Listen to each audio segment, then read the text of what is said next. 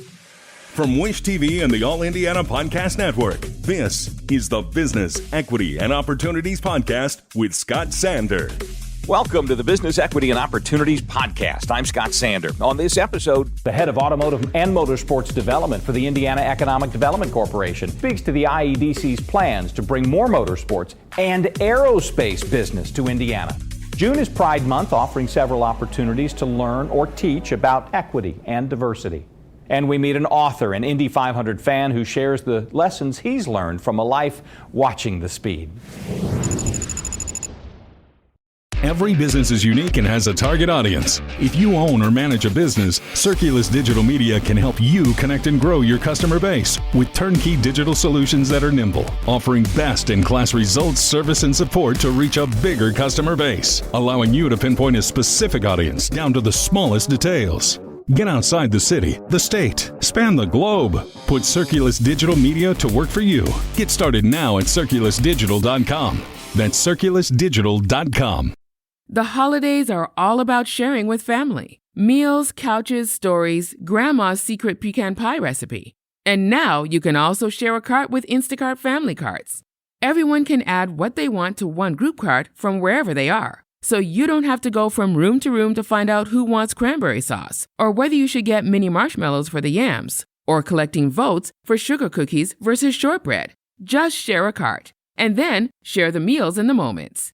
Download the Instacart app and get delivery in as fast as 30 minutes. Plus, enjoy free delivery on your first 3 orders. Service fees and terms apply.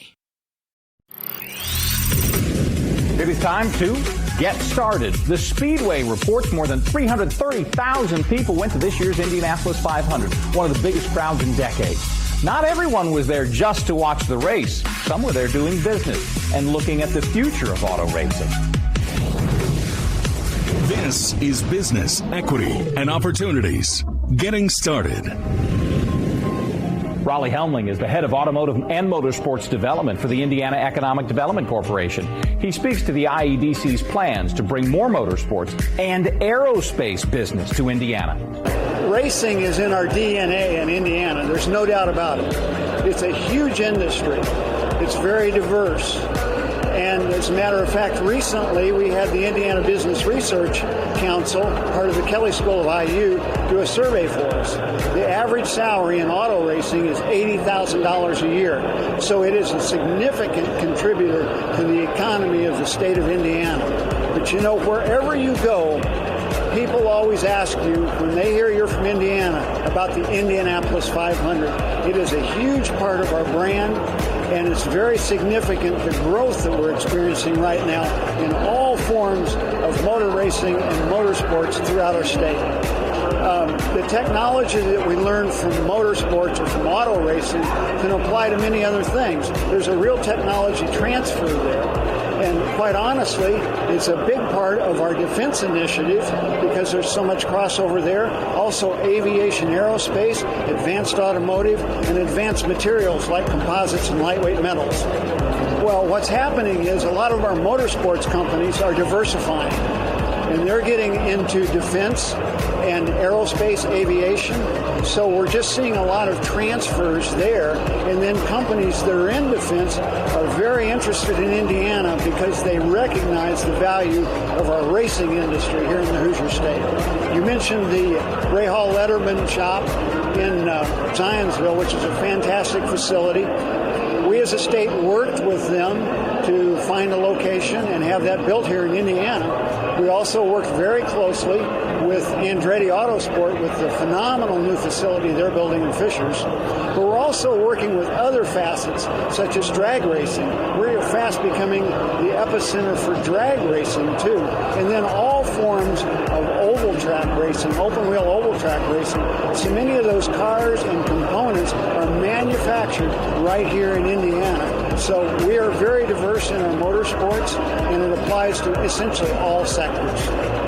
One of the things that's very important is the engineering aspect that comes to motorsports. I mean, these cars are very highly technical. As you mentioned, they're very aerodynamic. They're essentially an airplane that's stuck to the ground by 4 tires. And so many of those concepts apply.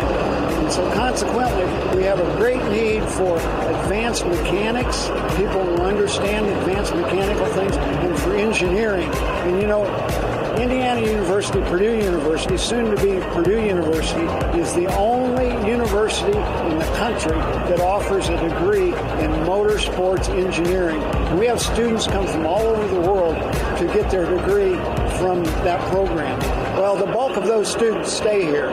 As all of our IndyCar teams are growing, they're snatching up some of these very talented young people at an amazing rate. And these are people who are very talented, very sharp, work very hard. This is not an easy business, and they make great salaries and they're very dedicated to it. Time to talk about running your business day to day. June is Pride Month, a month that helps inform all about equity and diversity.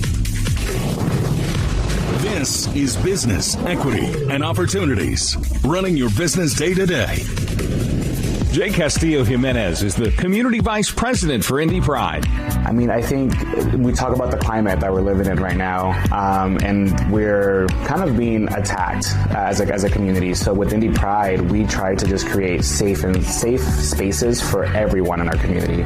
You think queer, you think LGBTQIA+, but there's so many smaller communities within that, and our goal is just to provide that safe environment for everyone. So whether you're Black, white, Asian, tall, short, doesn't matter what you look like or where you come from, there is a space for you to celebrate who you are. And that's just how we partner with different organizations, different community leaders, just all over the state, not even just Indianapolis, just to make sure that we're creating and we're like putting effort into just making sure that everyone feels seen. I think that's the biggest thing for us. We were in a long time in the closet, and now it's like our time to shine and our time to be seen and our time to prosper. And that's our main goal, is just to make sure that everyone feels safe and that they have an equal opportunity as anybody else. I think we have different conversations when it comes to businesses. We have the education piece, and then we have obviously funding. So being a nonprofit, obviously everything that we do, every event that we do, it doesn't happen unless we have sponsors, right? So like on the education piece, and I'll just name a few, like the Mexican consulate here in Indianapolis, the FBI, we have done education sessions with their employees to teach them about like what is LGBT, what is the community, what is the queer community here in Indy, what is the proper language that they can use, and how do they create those safe spaces in their companies. So obviously that's that first layer. And then the second layer is just obviously like what does that business relationship look like? So sponsorship, there's different levels. We pass out sponsor packets every season, and obviously you get different benefits from it. But obviously we don't just want it to be monetary. We always want to see like what does that conversation look like, and also like what are you doing to make sure that our community is feeling safe. So whether that is like placing your logo on a flyer, or you walk into the parade, you being on the festival, or just showing up. We've had to go to the State House so many times, and it's like, what are some of those businesses doing to support us and support our cause outside of June? What is happening throughout the whole year? So just making sure that we're keeping those conversations going and those partnerships. I think with our executive director, it's a very important point to just make sure that we keep that dialogue going all year long as to how we can work together. It's not just for Indy Pride, but also for their business. From Salesforce all the way to the smallest business you can find maybe on Mass Ave. It doesn't matter what size you are, we will partner and we will continue to just work together and build that partnership. I can't give you an exact number right now, but that was the biggest festival that Indy Pride has ever had. And coming back from COVID, it's just like, what a great way to come back for our community. Whose business doesn't want to be present during the festival or the parade, whether that's you're on a float. This year, the parade has grown from 143 participants, which was last year like businesses or organizations, to 183 this year. Yes, does it make it a longer parade and you may have to sit a little longer, but like you're celebrating more businesses and more people that are walking beside us. Like what a great way. Like what was Pride? It started as a riot, right? So like walking down Mass Ave, like this is like our area here in downtown, and it's just a great way to celebrate. And then at the festival, we've doubled food vendors. Almost every vendor we have doubled and grown because of feedback that we've gotten and more interest that we have received as well. Artists, we had 178 people apply. I mean, we have 3 stages. We hope to have more, but it's just impacting so many different sides of businesses, whether that's in marketing, food, hair, resources, all over the city. And like, we're just happy to bring all that together for our community.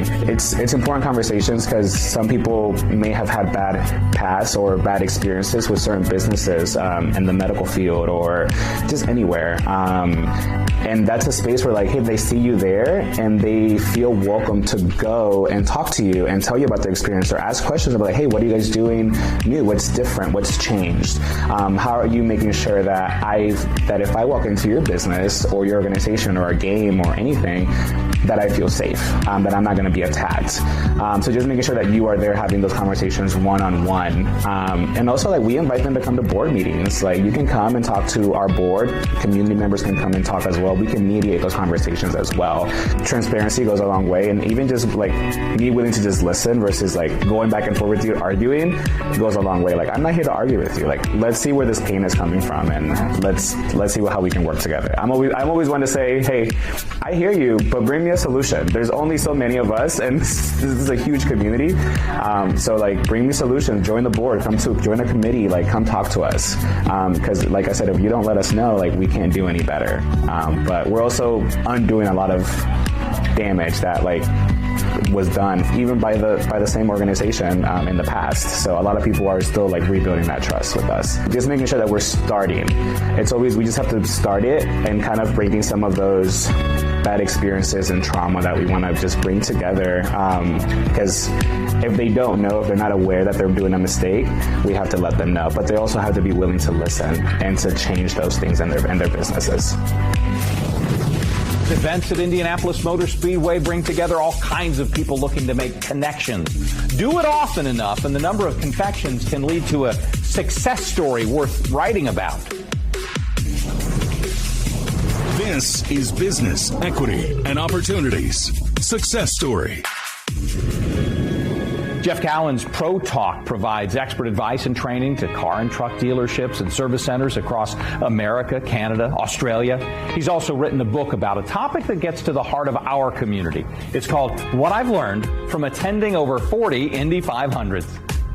Well, my history here started back when I was about 20 years old. This is my 41st Indy 500. That's why I wrote the book, Attending 40 Indy 500s. But it started back when I was 20 when I started coming. I was raised on the east side of Indianapolis in a very humble beginning, and we never got to come. But I started working for a lady named Bev Nelson in 1980, I think 83, I'm sorry. And she could see I was a good salesperson, but I didn't have any motivation. So she started taking me and showing me different things I could do if I would get motivated and make money. One year, her and her husband brought me out here, set me in the grandstands, and from then I was hooked from the very first second I walked in. So that's how I got started here. Well, you know what? I saw it the first time I was here.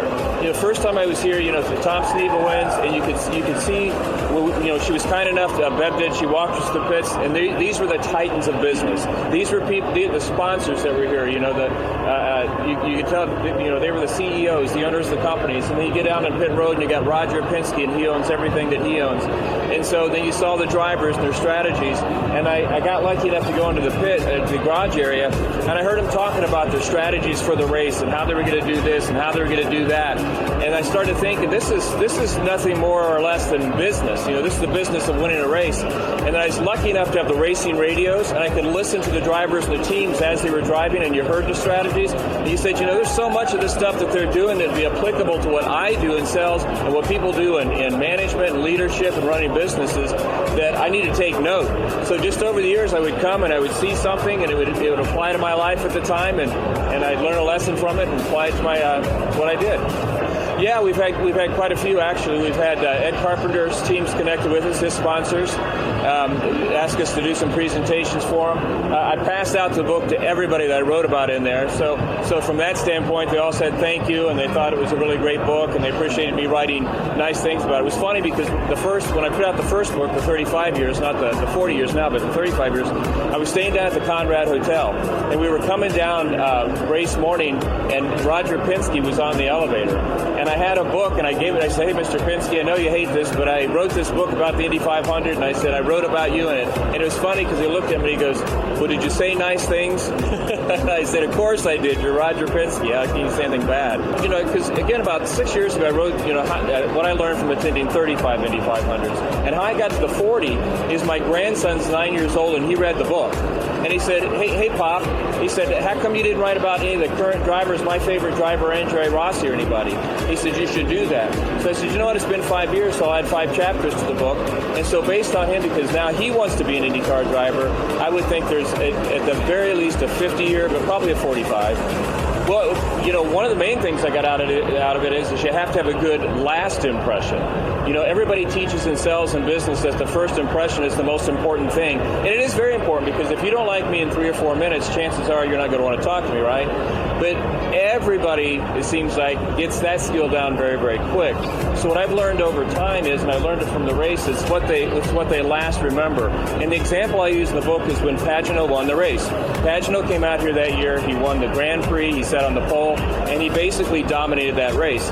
And although every Indy 500 is an exciting race, to the casual fan, to the people like me and you that go a lot, it was kind of a boring race until lap 185. And then the red comes out, and then they restart the race, and now it's a 5-car shootout, to the finish.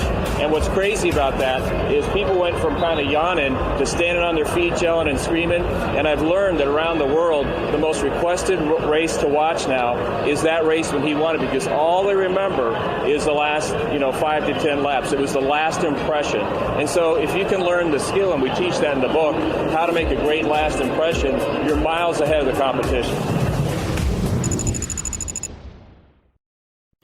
Our thanks again to all the contributors who joined us for this episode of the Business Equity and Opportunities podcast. We hope you found it enlightening, useful, and inspiring. You'll find more information about the show on our website, beoshow.com. You can watch Business Equity and Opportunities Sunday mornings at 10 on Wish TV, or live stream it through wishtv.com.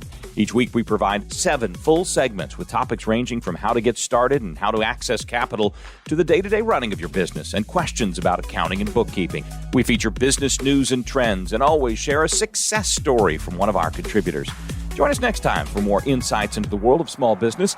Be sure to sign up for our Business Equity and Opportunities newsletter to get even more valuable, up-to-date information. And if you have any questions or you'd like to be part of our show, please email us. The address is beo@wishtv.com. We'd love to hear from you. I'm Scott Sander. Thanks for listening. Watch the Business Equity and Opportunity Show on Wish TV and access all of our content and share it on demand anytime at beoshow.com. You can find more podcasts from Wish TV on the All Indiana Podcast Network at allindianapodcastnetwork.com.